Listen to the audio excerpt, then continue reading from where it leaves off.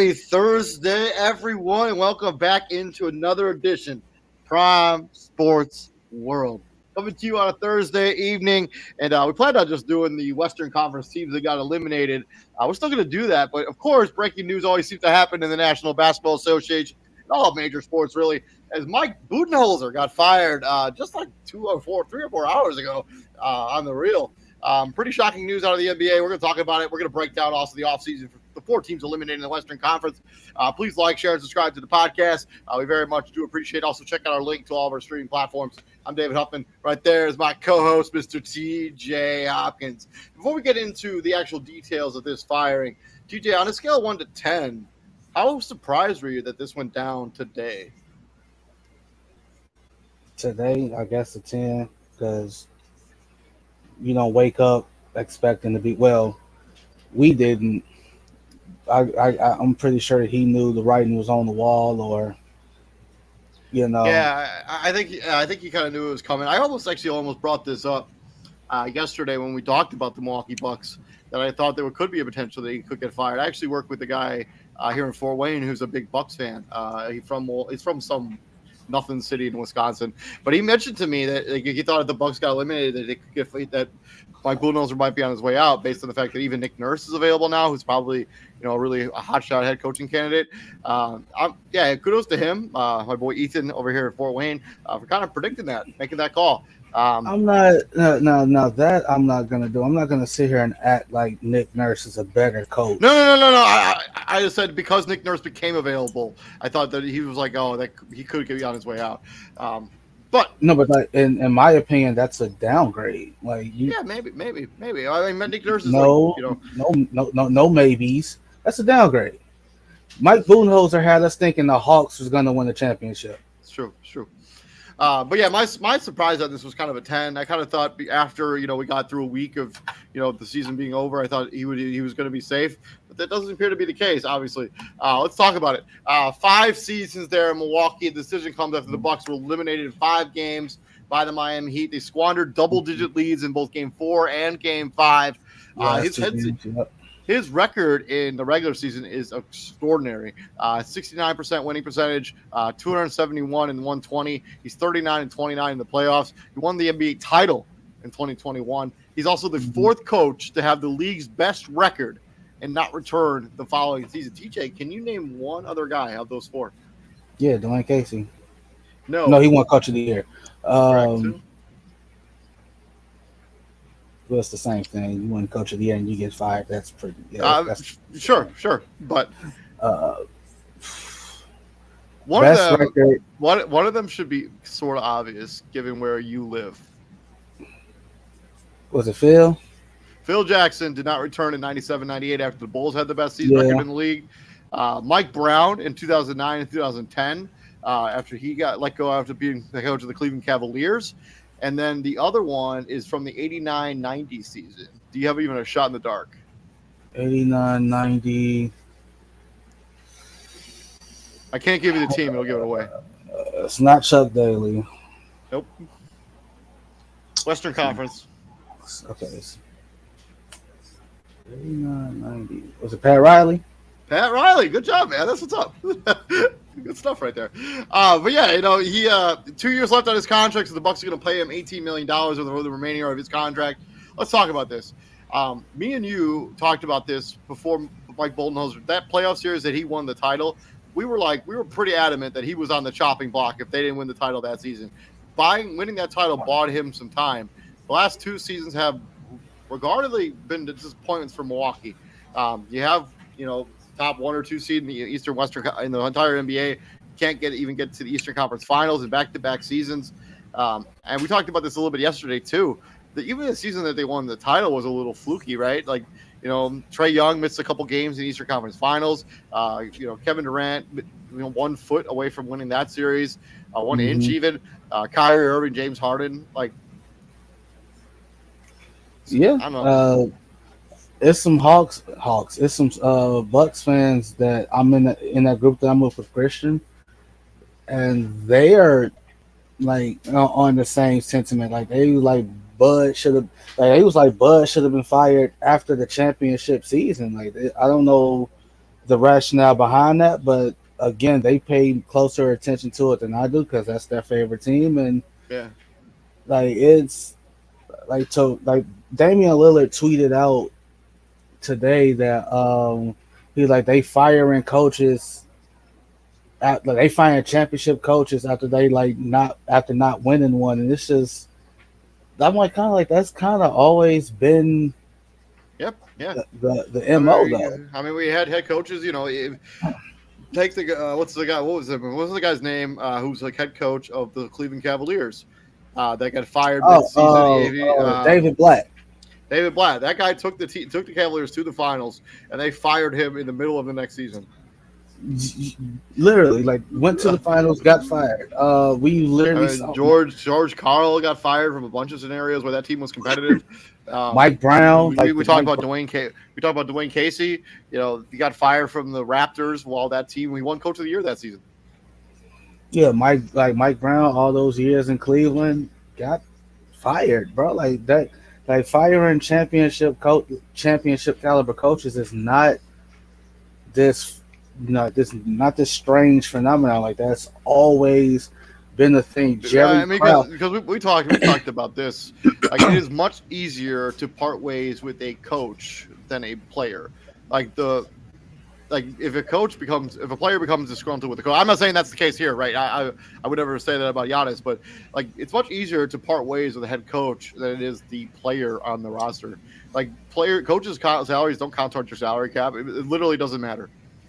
When's the last like Jerry Krause literally told Phil Jackson, you can go 82-0 at the end of the season. You're out of here. You're done.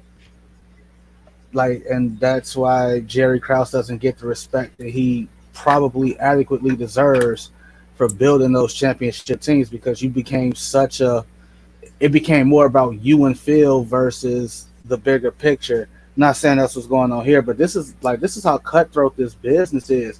Like, people want to say, oh, it's just a game. Like, no, bro, like this is a business. This is an enterprise. All right. Coach Budenholzer, like, condolences to him. Like, he lost his brother, like, right before Game 4 started.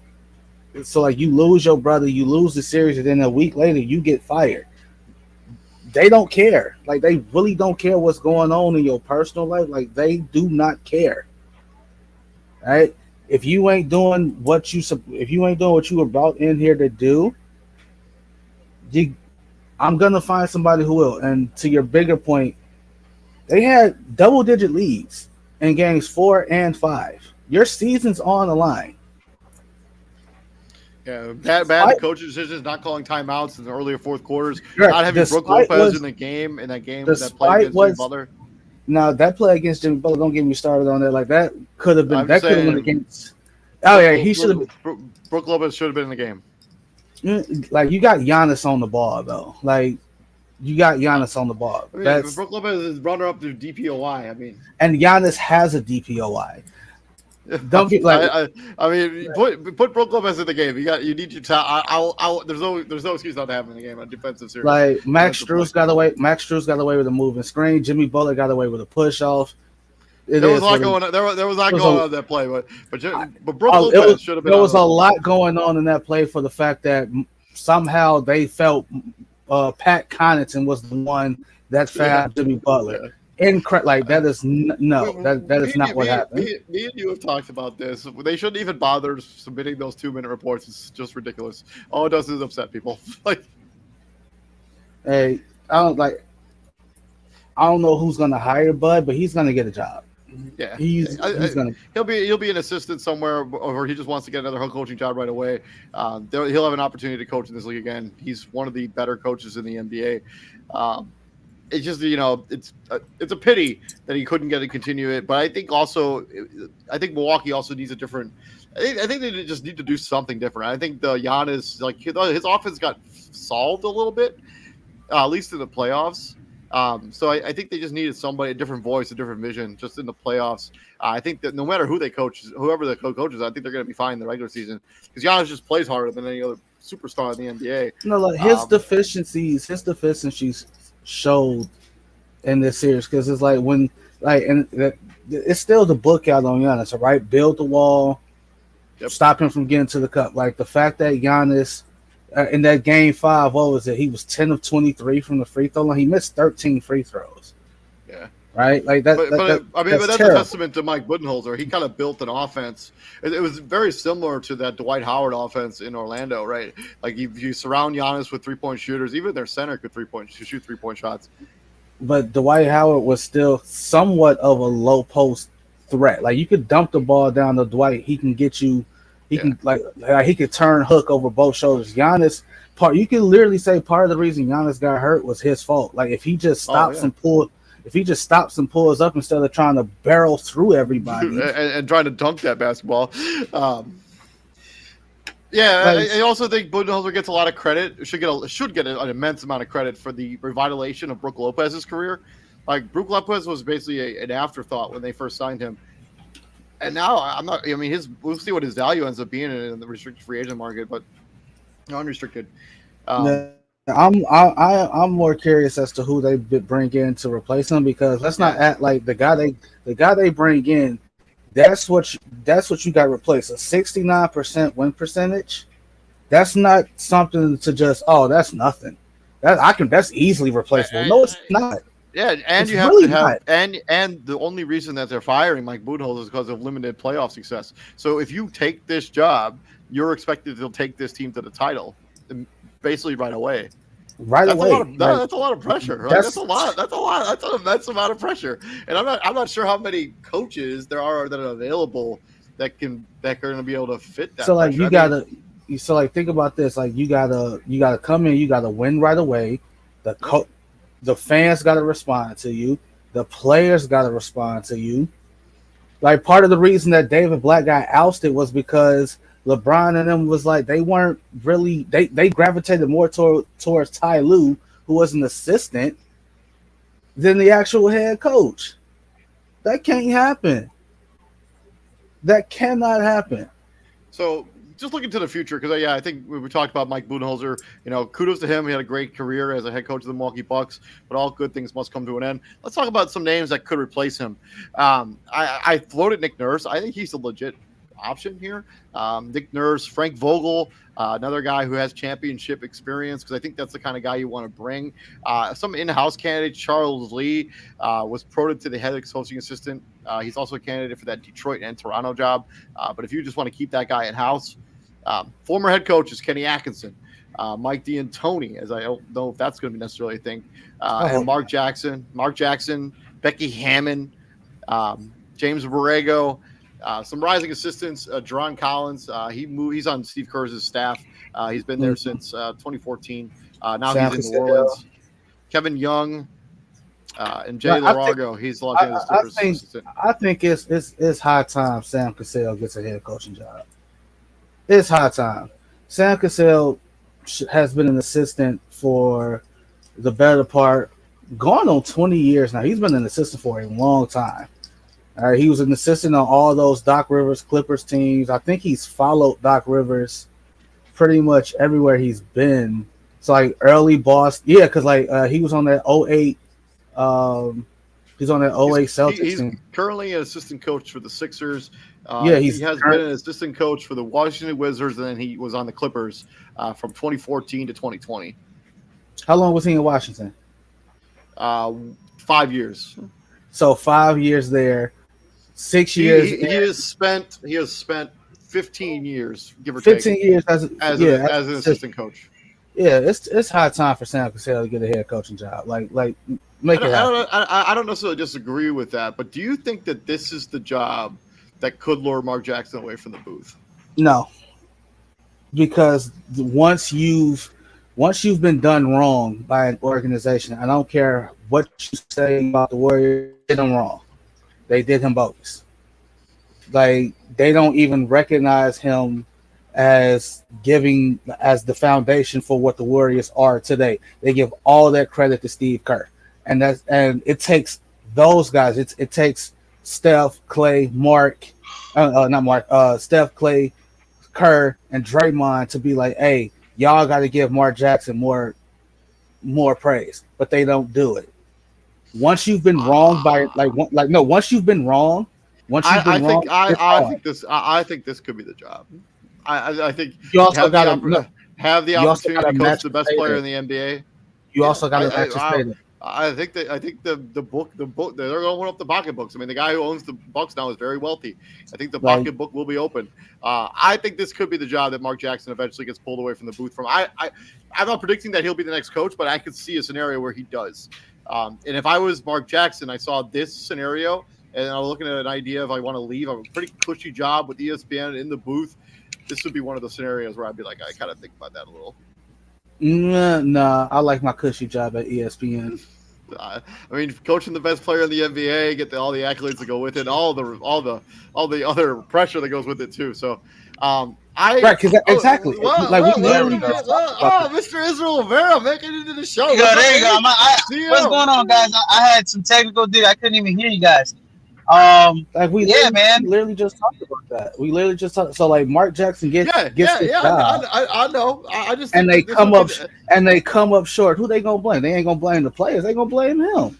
I know. I like what Dame said. He was like, how basically he was like, damn, they firing championship coaches just because they didn't win the ship one year. And but the thing is though, is that we can't, out of 5 years. Yeah, we can't sit here and be like, well, Coach Bud, we can't act like Coach Bud wasn't on the hot seat when they did win the championship. That really saves his job, So, and then this was the icing on the cake, losing to the Heat in the first round. Arguably, this is probably your best team. Like, and losing in the fashion that you lost, like, bro, like you got out coached. You had your best Brook Lopez season probably of his entire career, and you're not able to capitalize on it. You have. Drew Holiday probably had his best season of his career, and you can't capitalize on that. It was time. I think it was high time. Now, where do they go from here? Who do you think is a good replacement for this Milwaukee Bucks team? What do you think? What coach puts them over the top? I think I know. I mentioned him at the top of the show. I think it's going to be Nick Nurse. They did mention that earlier. A lot of sources. That's a downgrade. It might be, but there aren't that many coaches there aren't that many coaches where you fire a guy with the pedigree of a Mike Budenholzer. You're going to hire guys like quote unquote upgrade. Right? I agree with TJ. I think that's a downgrade. Considering the fact what Nick Nurse just went through with the Toronto Raptors. Basically, he lost his voice in the locker room there. Like, guys weren't like.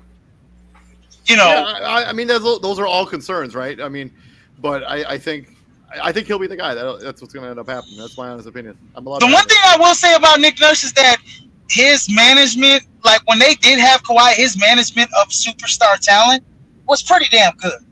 I will say that. But I don't know if he does such a... No, put yourself in his situation. You a first-time head coach, and you got a guy like Kawhi Leonard on your staff. Who are you to tell Kawhi Leonard, no, we're not doing that? Well, that's true.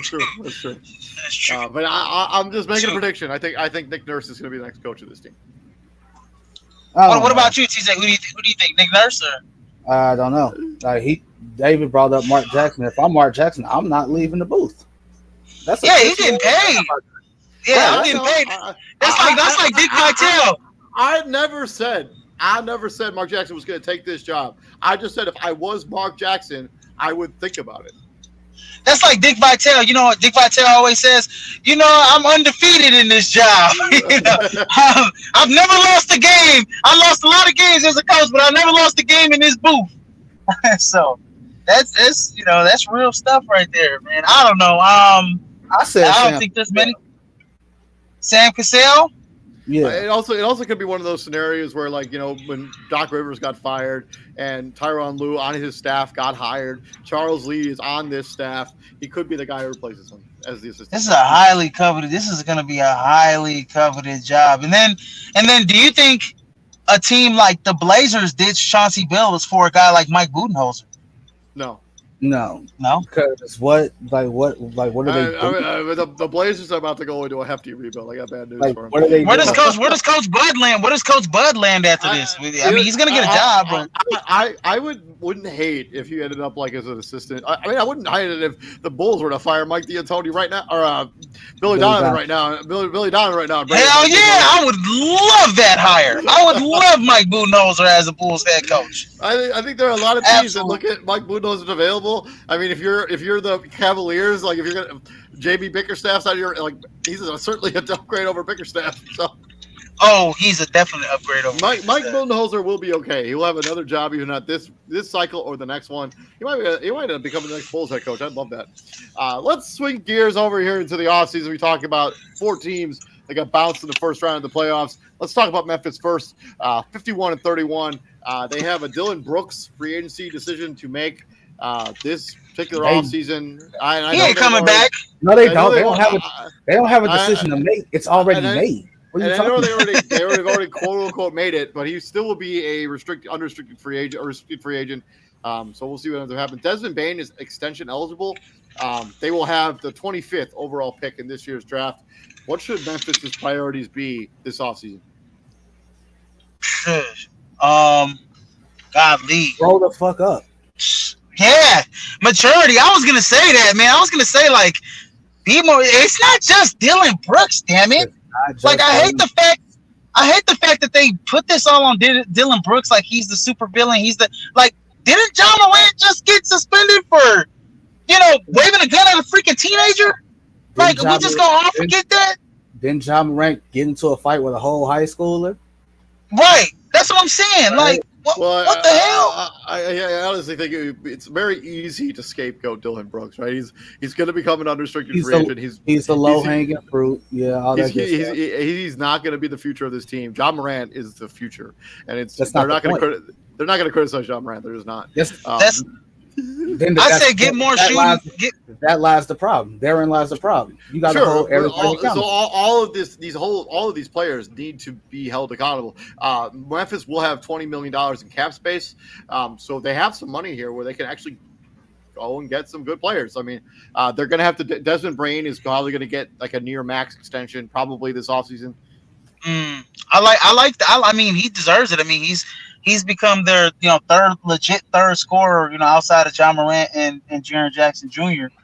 I honestly think that they do need a little bit more shooting outside of Desmond Bane. I mean, other than Desmond Bane, I mean, who else is John Conchar, Dylan Brooks?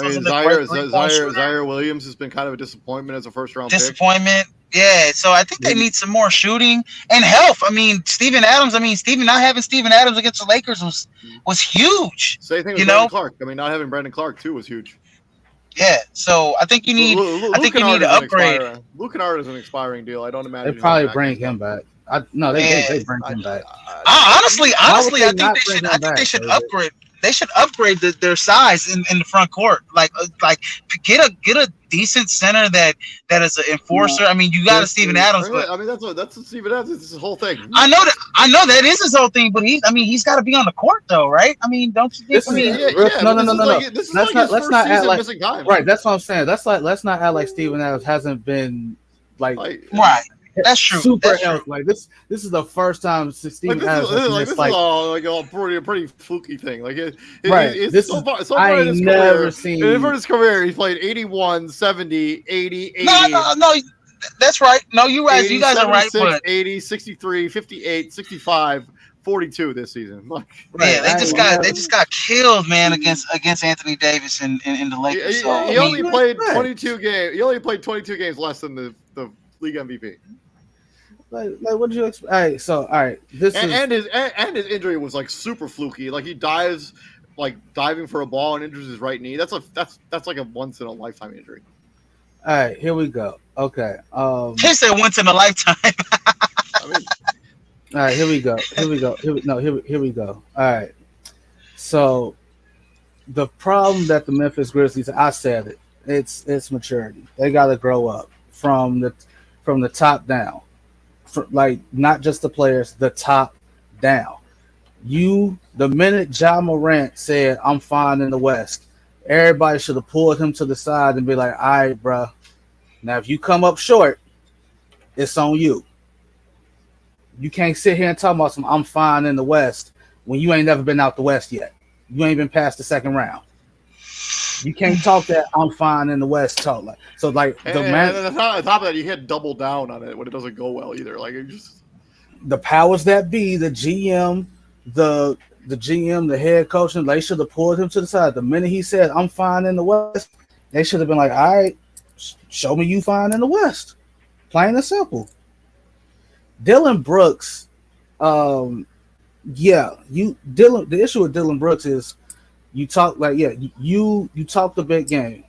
Corey. You remember Corey from NIU? You remember Corey? Yeah. he was on Facebook saying that I hate that people trying to see this dude downfall. I'm like, no. Nobody wants to see his downfall. He talked big. He failed to back it up. Plain and simple. You can't talk big and then when people hold, all right, you said this, we gonna hold you to that. And when he failed to hold himself to it, what he like they win, he running his mouth. I poke bears, I do this. LeBron is old. They lose. He's skipping media responsibility. You can't do that, but no, don't run and hide. Keep that same energy. So I was talking to somebody about this the other day about Dylan Brooks, and I'll be quick with it. So Dylan Brooks, at one point, 2-3 seasons ago when they first made the playoffs or whatever, with this young team, he was averaging 25 points per game in that playoff series. I forget who they were playing, but before Desmond Bane, Jaren Jackson Jr. evolved into the kind of scorers at their position that they were, and even John Morant. Dylan Brooks, fell back. He was actually averaging 18 points to 20 points. He was averaging 18 points a game. So, early on in his career, Dylan Brooks was like one of their primary scorers. But once those guys evolved in the game, he got less touches. And so I think he's still in that playoff series that you're referring to. John Morant, it's the one against the Warriors. John Morant got hurt during that series, right? Right. But he's still averaging 25 points per game, though. Yeah, I mean, but we already know if Ja's there, he's not averaging 25 points a game. Exactly. But what my point is that Desmond Bane and Jaren Jackson Jr., their evolution made him the 4th or 5th scorer on that team. Yeah. You know what I'm saying? So they took those touches away from him. All right. So also, keep up. Tyus Jones too is another guy who's been a really stable star. No, Luke Kennard is under contract for next season. He's not going anywhere. Mm-hmm. So there you go. So then that means that's on him to keep up. Like, bro, you was talking your mouth, running your gums, and you shot 23% from 3. 23%. They look like. I mean, for instance, Westbrook in a playoff series against a much tougher opponent shot 50. Russ shot 50%, and they always clown Westbrook for his shooting. He shot better than Dylan Brooks. I mean, I like his role. I mean, he's a chippy guy. He's a guy that, I mean, he knows what he needs to do, right? He tries to get under his skin, but LeBron James is the wrong guy to do it against. He's just the wrong guy to do it against. Moving on from the Memphis Grizzlies, talk about the Sacramento I don't mind Kings. the talking. Hold on, I don't mind the talking. I don't mind the talking at all. You can talk trash all you want. I don't care. Back it up. That's the issue. Yeah, well, not a lot of guys are going to stop LeBron James. that's the thing. That's what I'm trying to say. Again, I don't care that you talk trash. Like, talk trash. I don't care. Talk trash to LeBron. Talk trash to Steph. Talk trash to KD. Talk trash to whoever you want to talk trash. You in the NBA just like they in the NBA. That being said, if you gonna talk, 10 points a game is not finna cut it. No, you're right. Moving on from Memphis, let's talk about the Sacramento Kings. Make the playoffs the first time in 18 years as they were able to light the beam regularly this season. 48-34. Harrison Barnes, notable free agent. Let's talk about the biggest team need with the Sacramento Kings if they're going to take another leap forward. They were the 3 seed this past season. Got beat by the Golden State Warriors in 7 games. They have the 24th overall pick in this year's draft. I'm pretty sure the rest of their roster is basically locked up besides Harrison Barnes. That team, I mean, it's kind of hard to. I mean, they're the number 1 offensive efficiency, number 1 offensive team in the NBA ever. So, but defensively, they weren't that great, right? So I think you need to continue to build those defensive habits. I think Mike Brown will build those defensive habits. If I was to add something in the draft for them, I mean, I'd add probably another like backup wing to come off the bench, or even like some size in free agency to play next to Sabonis. I mean, I know like they're bringing Trey Lyles off the bench, but I mean, you need a legit like 7-footer off the bench, in my opinion, to grab rebounds. I mean, Kevon Looney was killing Sabonis on the boards, right? That's cute. Hey, you know what I'm doing? Hey, Sabonis, I'm getting your big ass in the gym. You shooting free throw line jumpers the whole summer. The fact that Kevon Looney basically Caitlin Clark you, waved you off, and you wouldn't shoot like bruh. Yeah. Not only did you get like you got punked the entire series. Straight He's punk. also eligible for an extension. So if he makes an All NBA team, which he may, he'll be eligible for like a 4-year, $127 million extension. Like no, like bro, you It's shooting pretty free throw significant. you shooting free throw line jumpers. What so free throw line is what, 12 foot, like 12 feet out? Sorry. Actually, if he makes All NBA, he'll be the opportunity to make a 5-year extension worth $244 million. And let's be real. That series was over the minute we found out De'Aaron Fox fractured his left hand. Like his dominant hand. He tried to play through it, but no. You can definitely Played tell well. He played pretty well in Game 6. I think Game 7 they just weren't hitting the shots that they were accustomed to. They weren't hitting the threes that they were accustomed to. It's a make or miss league. Like Basically, yeah. again, So and Sabonis, you got to be better, right? Hey, Draymond Green, hey, miss me with the I lost respect for Sabonis because he ain't shake my hand. You stomped on his fucking chest. I would like, yeah, I'm not shaking your hand either, bro. But I mean, Sabonis' regression from the regular season was pretty drastic. I mean, 3 points a game less in the playoffs than he does in the regular season. But I'm playing about the same amount of minutes. His shooting percentages were way down. We're talking 12% field goal percentage, down 17 from 3, down 27 from the free throw line, down a rebound and a half, down 3 assists per game. All he's got to do is go get with his pops. His pops is one of the best offensive big men ever to play in basketball. More fouls, turn the basketball over more on the same amount of efficient. He just wasn't an efficient basketball player in this series. Hey, you are getting in that gym. You are shooting 1,000 shots a day. Free throw line and out, bro. You shooting. Go to your pops, your Hall of Fame basketball player dad, and talk to him. That's what you need. So, what do you do with Harrison Barnes? Important place on this team. Starting power forward, however it works out. Do you re-sign him or do you let him walk, depending on what the money ends up being? Well, it depends. Who on that roster? Do you have somebody on that roster that can replace him? I mean, you would hope that Keegan Murray. Keegan Murray, Rashawn Holmes, another guy that can. You know what would be crazy? If they drafted Chris Murray, if he was still there. If they drafted Chris Murray and Keegan Murray, then Harrison Barnes would definitely be expendable. I'm not going to let Harrison Barnes walk. I think he's good for this locker room. Like you have that veteran presence around all these young guys who haven't really been in a lot of playoff series. Harrison Barnes, defender too. If you could bring him back on a kind of a cheap deal, a team friendly deal, I'm bringing him back. Man, this is a team, man. I mean, this is a team that took the champs to 7 games, man. They had a 2-0 lead on the champs. I mean the first time in the playoffs. This team is going to be good next year. They're a break here and there from winning that series. This team is going to be great next year. I mean, they're going to be great next year, man. So yeah, I would personally bring back Harrison Barnes. I'm a hold fast on that. They're going to be great next year. They're going to be good. They're going to be. They were already good this year. Hopefully, they take the next step. That's what I'm saying. Like they're going to be good. So like you got to understand. Like, and they got to understand now too, and they kind of do. All right, now comes loftier expectations. This season you were kind of playing. This season you were playing with house money. Nobody thought you were going to be the 3 seed. Yep. They were the 3 seed, right? Yeah. Nobody thought that. Yeah, they're 3 seed. Nobody thought you were going to be the 3 seed. Everybody thought, they are really good. And then all of a sudden, this could be a similar scenario with what happened with Atlanta a few years ago, right? Like nobody expected anything out of them. They had no expectations. Then they go to the Eastern Conference Finals, right? And all of a sudden, you have these lofty expectations that they haven't been able to live up to since. That you can't live up to. Yep. So hold fast on it. All right, they're gonna be good next year. Like, yeah, okay, we see it.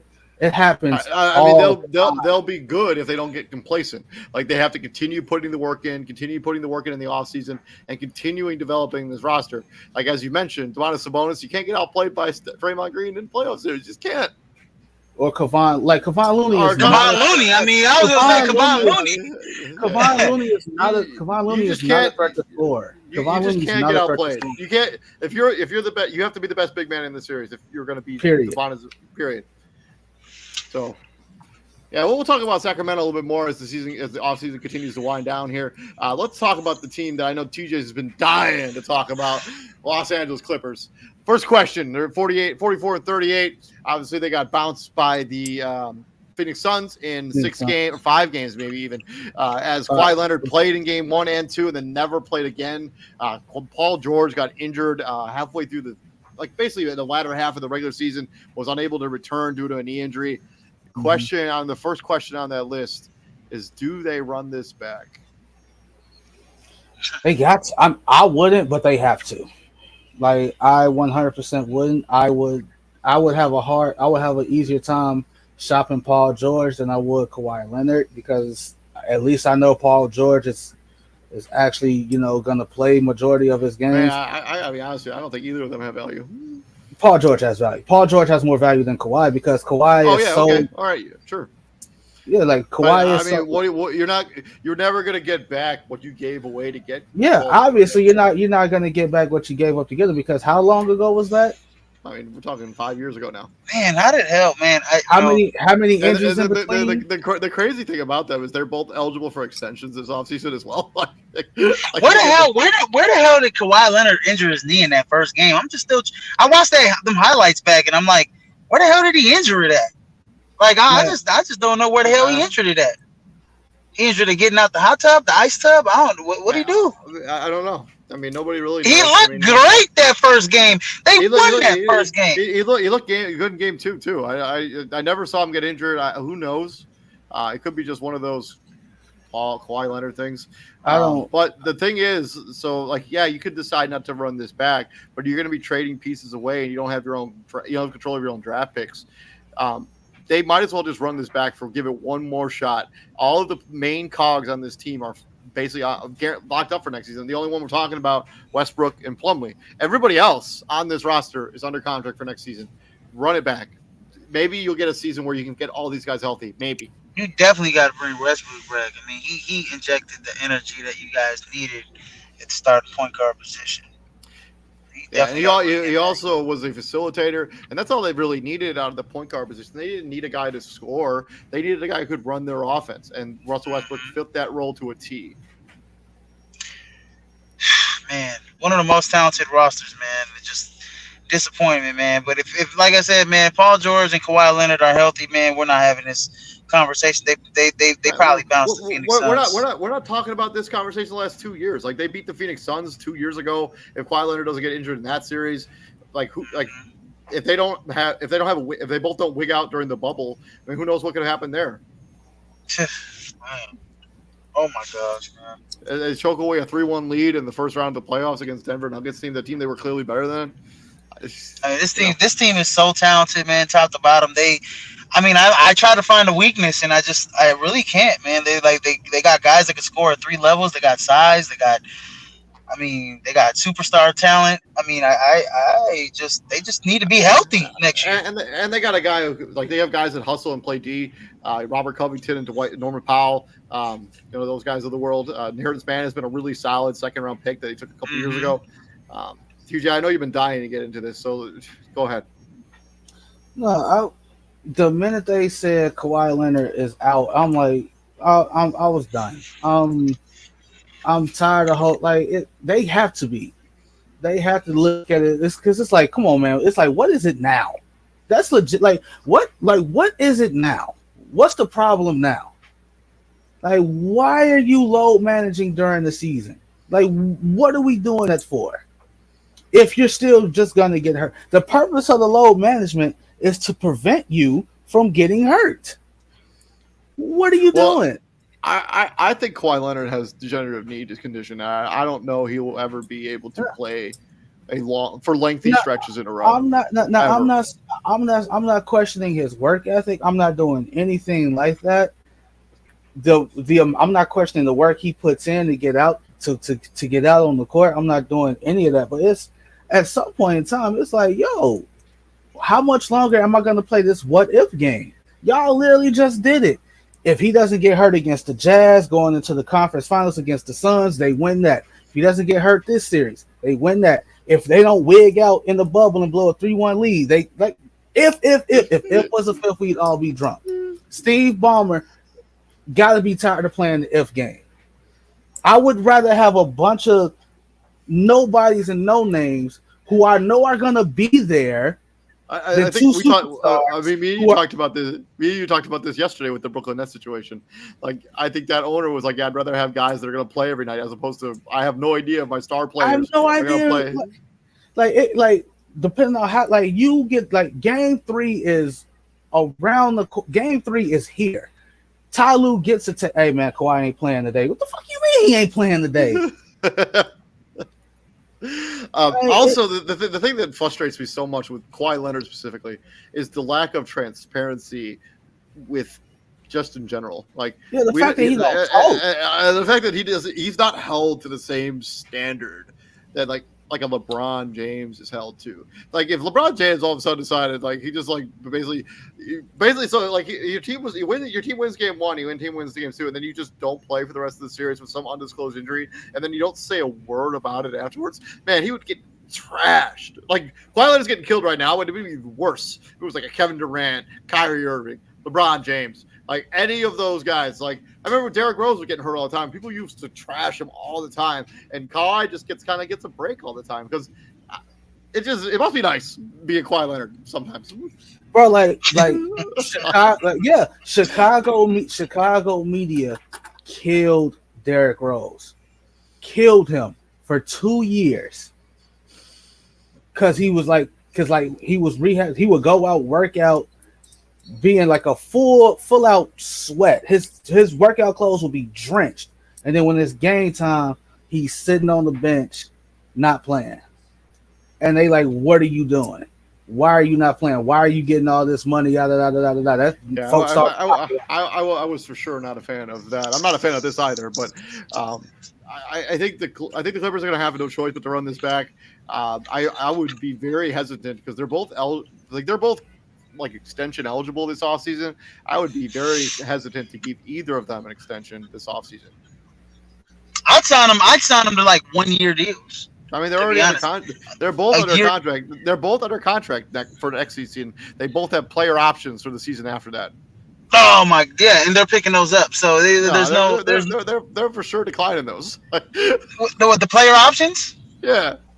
Just to get more money. Yeah, just to get more money. Yeah. I mean, honestly, if they think they're gonna get a long-term deal from the Clippers, I mean, they should treat how you guys are saying like Kyrie should be treated, like on a year-to-year basis, right? Yeah, I'm giving those guys a year or two contract. That's it. I'm not giving them 3, 4, 5 years. I'm not giving them another max. That's not coming out my pocket because I can use that money elsewhere to build a team, or I can blow this shit up and restart from fresh in a couple years. I mean, I'm not re-signing those dudes for 3-4 years. It's a 1 or 2 year deal. That's it.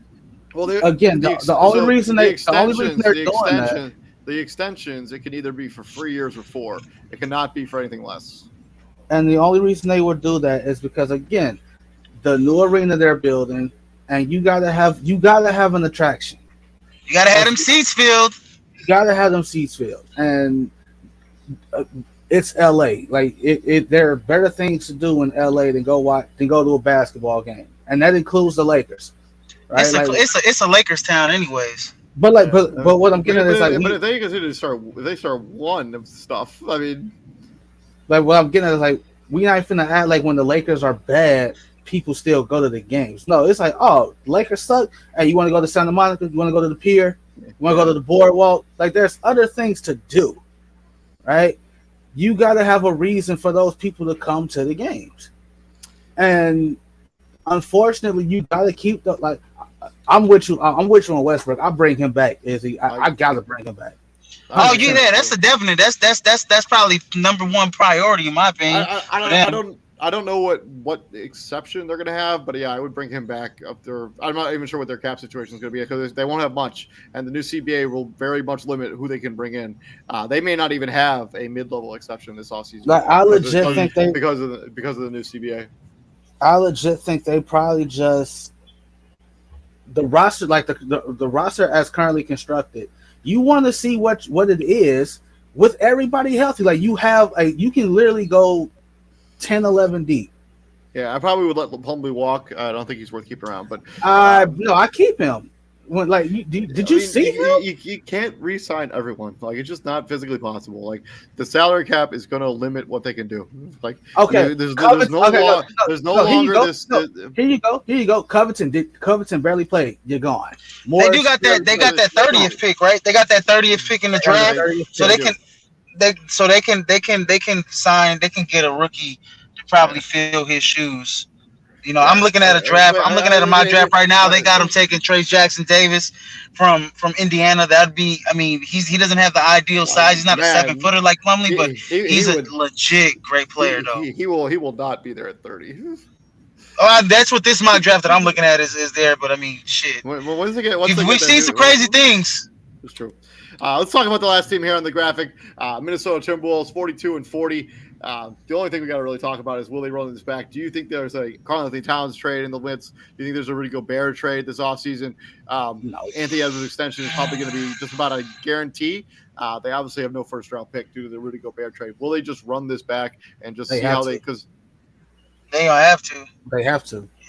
Because if they don't, it's just a failure. At this point, why it already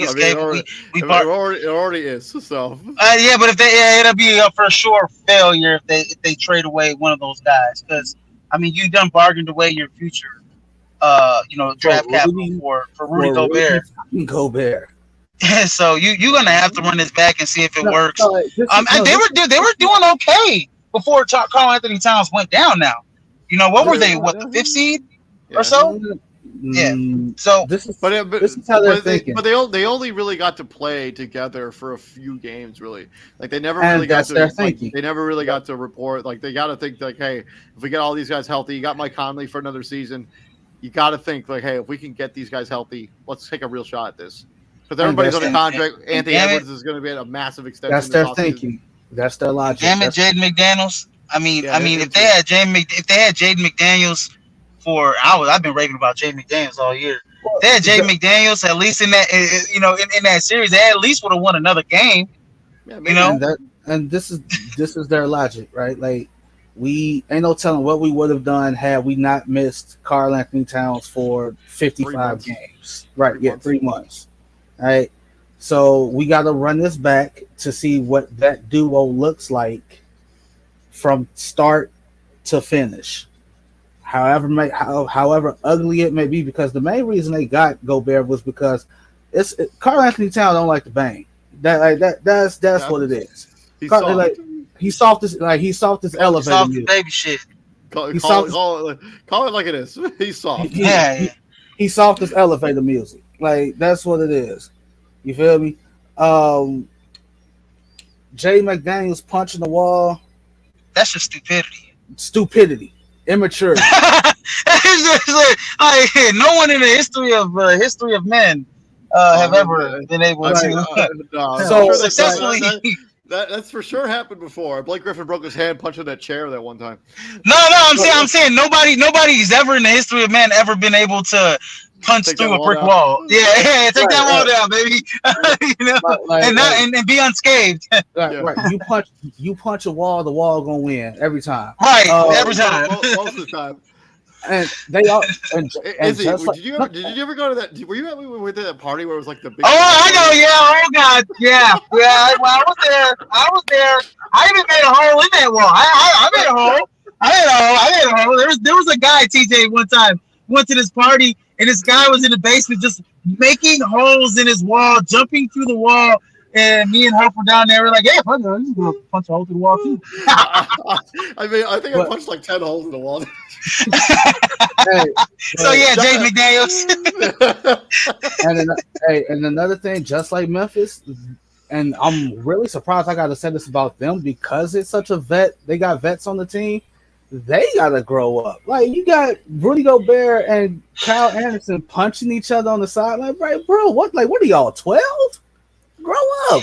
That's you know what? That's a team that could really use some more shooting as well, and also like some more bench scoring as well. I know Kyle Anderson is adequate. Their most productive bench player is Taurean Prince, and that's That is not gonna do it. No. And well, I kind of summed up their season. What was it? What was it? Game 4 when they blew a 12-point lead in a minute and a half. They still end up winning the game. They still end up winning the game. They won the game. But that's not the point. Give me a heart attack. That's not the point, right? You're up 12 with a minute 35, and then all of a sudden, Michael Porter Jr. 3, Michael Porter Jr. another 3. Yo, Joker 3. It's a tie game, and you're going to OT. And Yep. like, yeah, I'm like, yep, that's the Minnesota Timberwolves. That is what they are. They can definitely use some more bench scoring though. They need a legit 6-man that can cook off that bench for real. I mean, adding a guy like a Eric Gordon would have been nice for them. I mean, I know Derrick Rose didn't want to. He's not afraid of him. Yeah, but I mean, I'm saying like when it was at the deadline. Yeah, like adding like a guy like I know Derrick Rose. He's sitting on the damn bench. He wants to say whatever the hell he wants to say about the Knicks. But I mean, a guy like that, some guy that could cook off the bench, not necessarily that could play defense, but somebody that's a microwave that could come in 15, 20 minutes and give you 10 to 15 points. You know. Well, Derrick Rose said he can still play. I believe Derrick Rose can still play. He says he just not. For whatever reason, the Knicks just ain't playing them. So it is what it is. I think he can still play too. But yeah, thank you very much for checking this out. We broke down Mike Budenholzer getting fired. We talked about the offseason preview for the 4 teams that get eliminated in the Western Conference. Thank you very much for joining us. This has been The Crossover. I'm David Huffman. Right there is Rivera, TJ Hopkins. Please like, share, and subscribe to the podcast. And check us out on our streaming platforms as well. I've been Dave. You guys all take it easy. And Brett, gentlemen, what we do here at the Prime, my friends.